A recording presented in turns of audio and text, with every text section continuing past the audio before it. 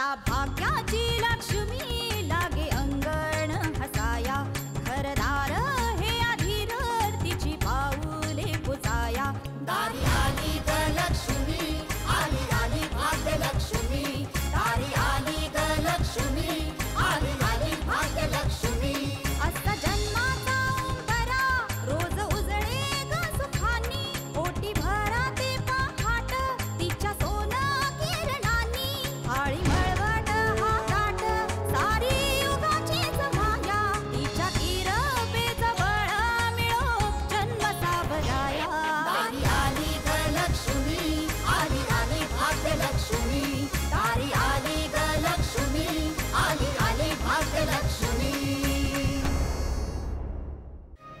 ही गोदा जिवंत तर नसेल ना?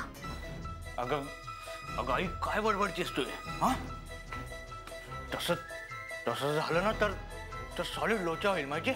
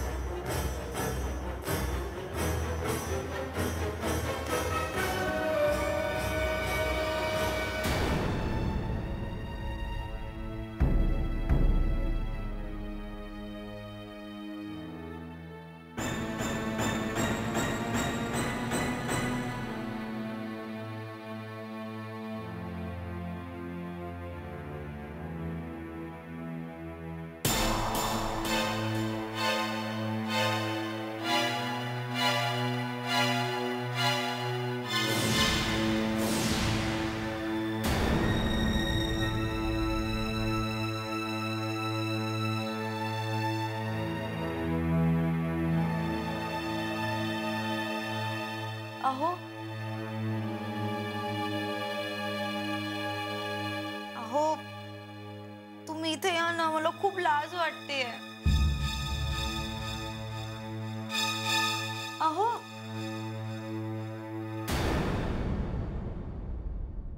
अहो अहो कुठे आहात तुम्ही?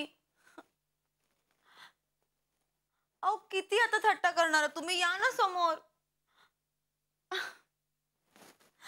बघा मला खूप विचित्र वाटतंय बाबा.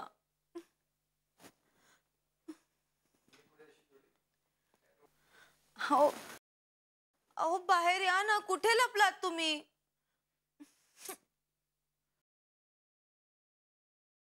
अहो बाहेर या ना तुम्ही कुठे लपलात?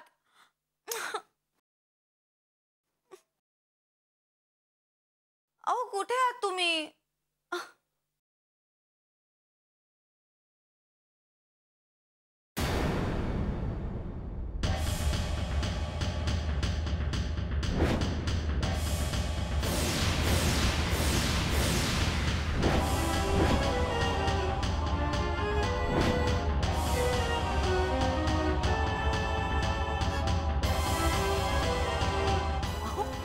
अहो उठा काय झालं तुम्हाला?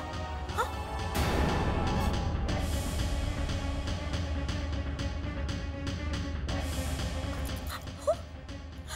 हो बोला ना काहीतरी. अहो काय झालं तुम्हाला? हा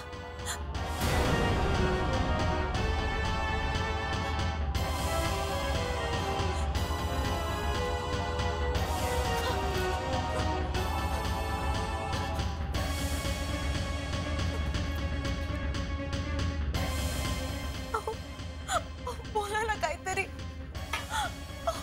तुम्हाला ऐकू येते का? हा अहो डोळे उघडा ना. अहो असं काय करता? अहो तुम्हाला ऐकू येते का मी काय म्हणतेय ते? अहो उठा ना. अहो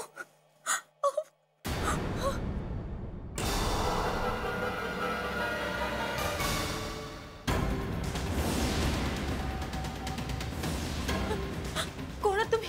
अहो उठा. अहो उठा ना.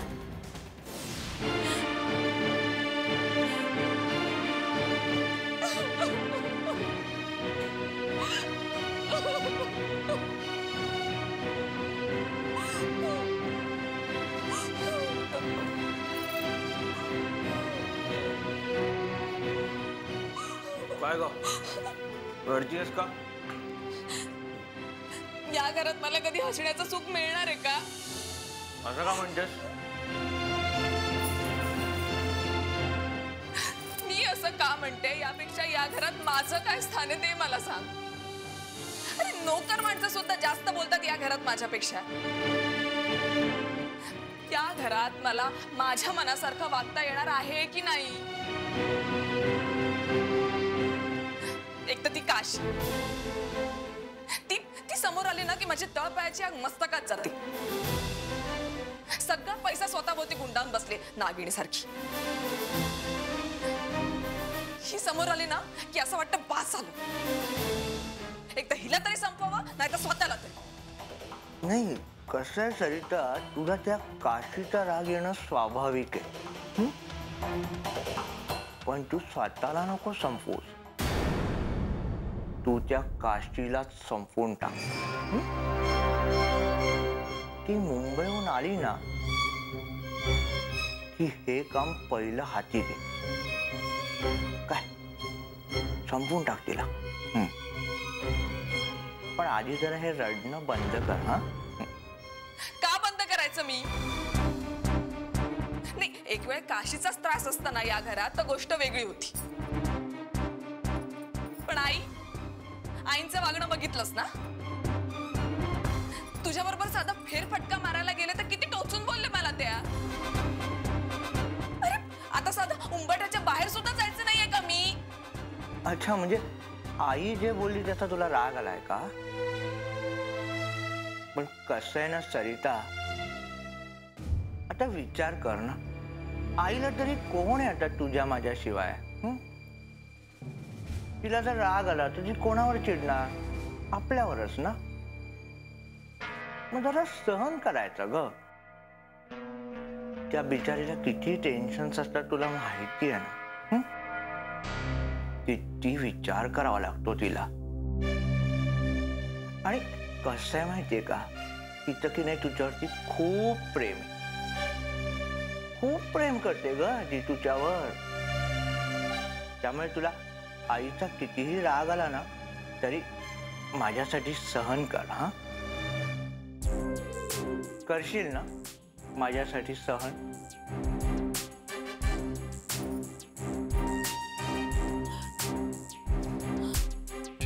तुझ्यासाठीच तर सहन करते ना मी सगळं.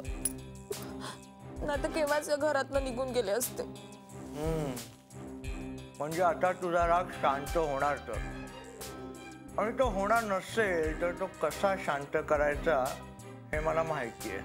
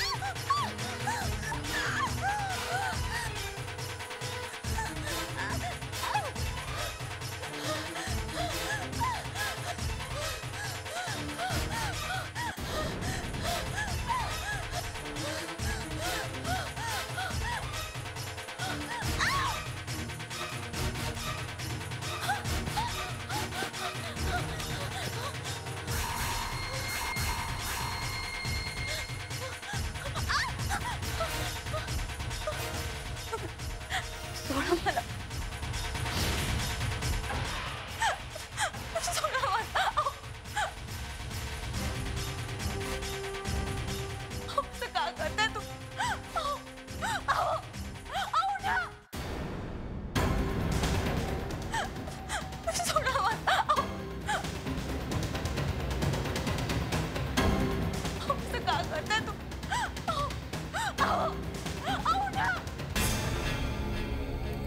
तुझी बायको यशोदा मला तुझ्या बातम्या देते म्हणून तू तिला त्रास देतोस?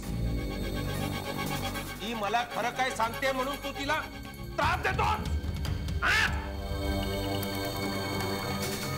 अरे तू आणि तुझा तो टाकल्या बाप्पाजी किती खालच्या पातळीचे आहेत ना, त्याच्या गावाला ओरडून सांगेन. सगळी कारस्थानं बाहेर काढेन तुम्ही तुमची.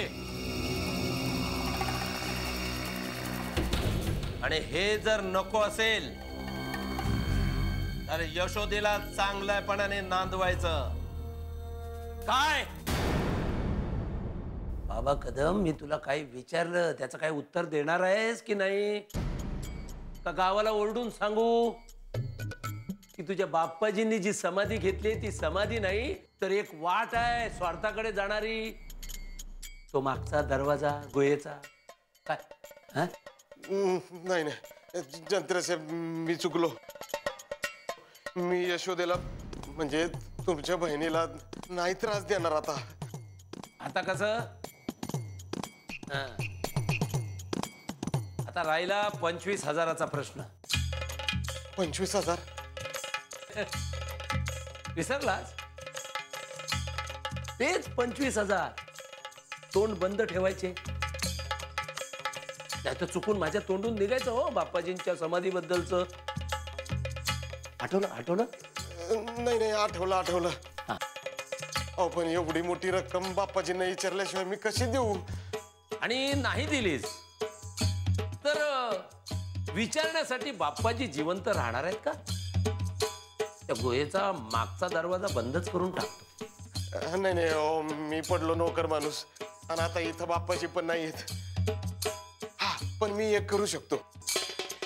यशोदेचे म्हणजे तुमच्या बहिणीचे दागिने आणलेत मी तुम्हाला द्यायला. तेवढे काय? अहो बाप्पाजींचे पैसे काय आणि बाप्पाजींनी दिलेले दागिने काय? अहो त्यांची दौलत आहे ही. पण आता बाप्पाजी इथं नाहीत ना, त्यामुळं त्यांना विचारल्याशिवाय त्यांच्या दौलतीला हात नाही लावतायत. तेव्हा हे दागिने आणलेत यशोदेचे म्हणजे तुमच्या बहिणीचे. जरा गोड मानून घ्या. बाबा कदम, राहू देत ते दागिने.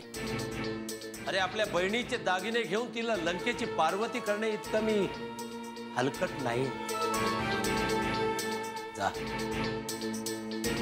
दागिने घेऊन जा. जी. आणि हो, माझे 25,000 रुपये तुझ्यावर उधार राहील. वय वय. नाही दिलेस ना, याद राख. नाही नाही देणार देणार.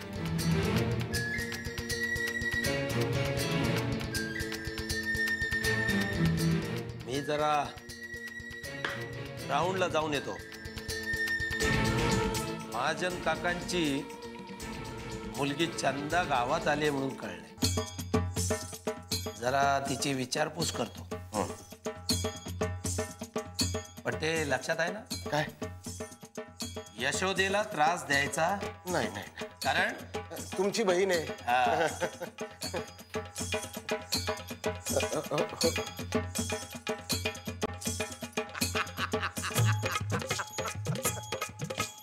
सोनियाच्या ताटी उजळल्या ज्योती ववाळी ते भाऊ राया ग.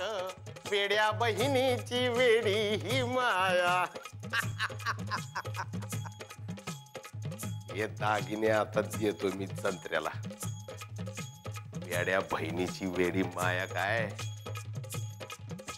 आता या यशोदेला ढगात पाठवायची वेळ आली. वेड्या बहिणीची वेडी ही माया माया.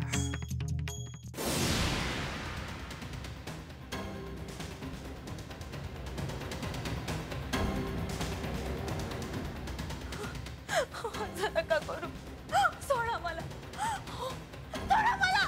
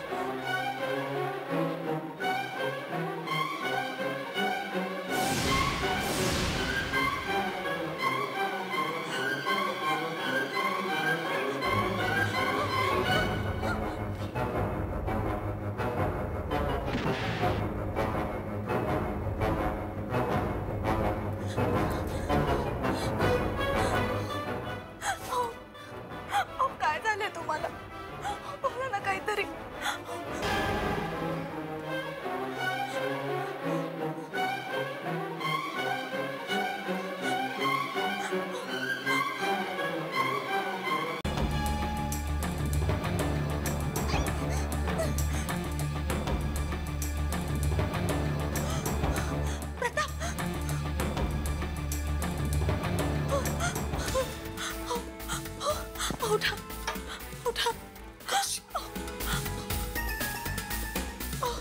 तिकडे बघा. काय झालं तिकडे? प्रताप. प्रताप.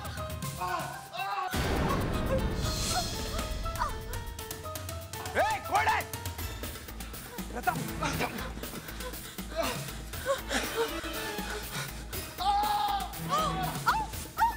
प्रताप प्रताप इथे या. प्रतापला बघा ना काय झालं. प्रताप प्रताप. प्रताप. प्रताप. प्रताप. अरे लागले त्याला. प्रताप. अरे काय झालं याला? प्रताप. प्रताप. ए पाणी घे, पाणी घे. प्रताप. गोदात्या गोदात्या घ्या. ह्यो तुळशीचा काढा आहे. प्या म्हणजे घशाला जरा आराम पडेल.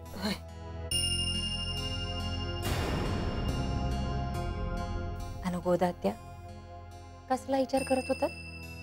हे बघा आता कसला बी विचार करायचा नाही, कसली बी काळजी करायची नाही. आम्ही समधी आहोत तुमच्या संग. हो हो. हे ग तुम्ही समदे आहात पण आता पुण्यांदा त्या घरात जायचं का नाही त्याचा विचार करत होते. आता कशाला परत जायचं तिथं मराया? एकदा मरण जवळून पाहिलंच ना व. पुण्यांदा मरणाला कवटाळायचं जवळ. तसं नाही ग पण मी इथे राहिले आणि मग संजय आणि काशीचं काय कामिनी काय करल तिचा काय बी भरोसा नाही. त्या चित्राचं प्रकरण म्हणजे आधीच जाई ना त्या डोकावली महिना. हा ग त्या संजयचं आणि चित्राचं लगीन लावण्यासाठी ती काशीचा जीव घ्याय बी कमी करायची नाही. अहो पण आता संजयरावांना काशी इथं नाही आणि ते परत येईस तर तुम्ही इथनं कुठं बी जायचं नाही. तसं नाही ग पण एकदा नाही म्हणलं ना व. गुलात्या कोयना अगदी बरोबर बोलतो आणि मी तातडीनं मुंबईला जातोय. मी संजयला भेटून हा झालेला प्रकार सविस्तर सांगणार आहे.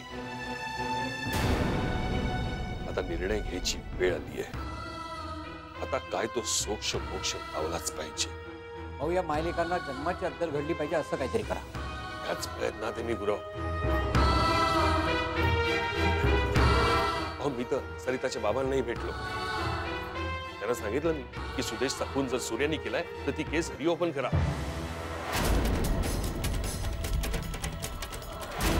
म्हणजे गीतालाही न्याय मिळेल आणि अपराधाला शिक्षा होईल. पण ते तयार झालेत ना? नाही म्हणाले ते.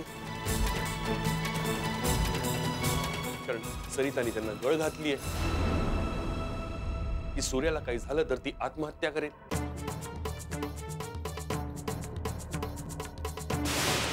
शेवटी तोही बाप आहे. लेकी बाई सत्य लपवतोय तो.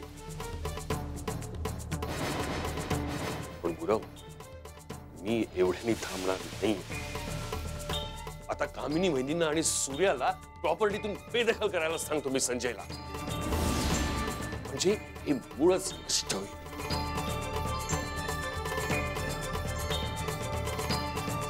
ज्या कारणासाठी हे लोक एवढं षडयंत्र रचतायत ती गोष्टच यांच्यापासून हिरावून घ्यायची.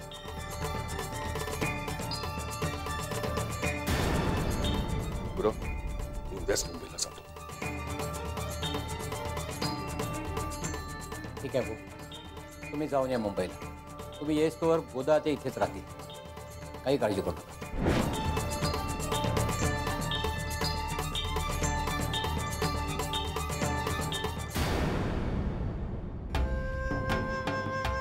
पण प्रताप मला एक कळत नाही, मुंबईत आम्हाला मारण्याचा प्रयत्न कोण करेल? आता ते कोण होतं हे सांगणं जरा अवघड आहे. कसं आहे म्या कोण हाय हे सांगून मुंबईत कोणी कोणाच्या घरात शिरत नाही. आणि तर मुंबईमध्ये चोरांचं सुळसुळट काय कमी आहे का? नाही प्रताप, हा चोर नव्हता. कारण त्याने फक्त वार केला. घरातली कुठलीच वस्तू त्याने नेली नाही किंवा तसा प्रयत्नही केला नाही.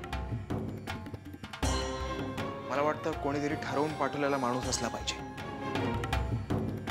पण तू इथे कसा? अहो, काल रात्री मी आपल्या ट्रकची डिलिव्हरी करायला मुंबईला आलो होतो. तो डीलर म्हणला की तुम्ही त्याला भेटायला फोर्टला येणार आहे. म्हणलं तुम्ही येणारच आहात तर तुमची भेट घ्यावी. अहो, पण तुम्ही आलाच नाहीत म्हणून मी तुमच्या घरी आलो. आणि इथं आल्यावर जे चित्र माझ्या समोर मी पाहिलं त्यावर अजिबात विश्वास बसत नाही. त्याने माझ्या डोक्यावर वार केला आणि त्यानंतरचं मला काहीच आठवत नाही.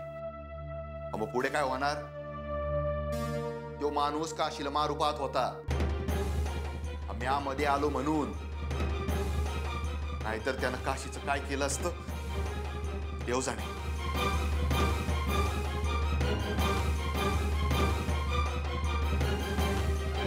अहो संजयराव, तुमच्यासारख्या मोठ्या माणसानं मला मिठी मारणं शोभत नाही. मोठा तू आहेस प्रताप. आज तू होता म्हणून काशी वाचली. तू आमचा जीव वाचवलायस. अहो, असं काय बी नाही. मी आपल्या माणसांसाठी केलं आणि ती बहीण आहे माझी. पण तुला बक्षीस तर मिळालाच पाहिजे. आजपासून तू माझा खास माणूस. तू आजपासून आमच्या घरातच राहायचंस. संजयराव धन्यवाद. अरे अरे धन्यवाद. आज प्रतापचं वेगळं रूप बघून खूप बरं वाटतंय. आणि एका बहिणीसाठी यासारखं सुख ते काय.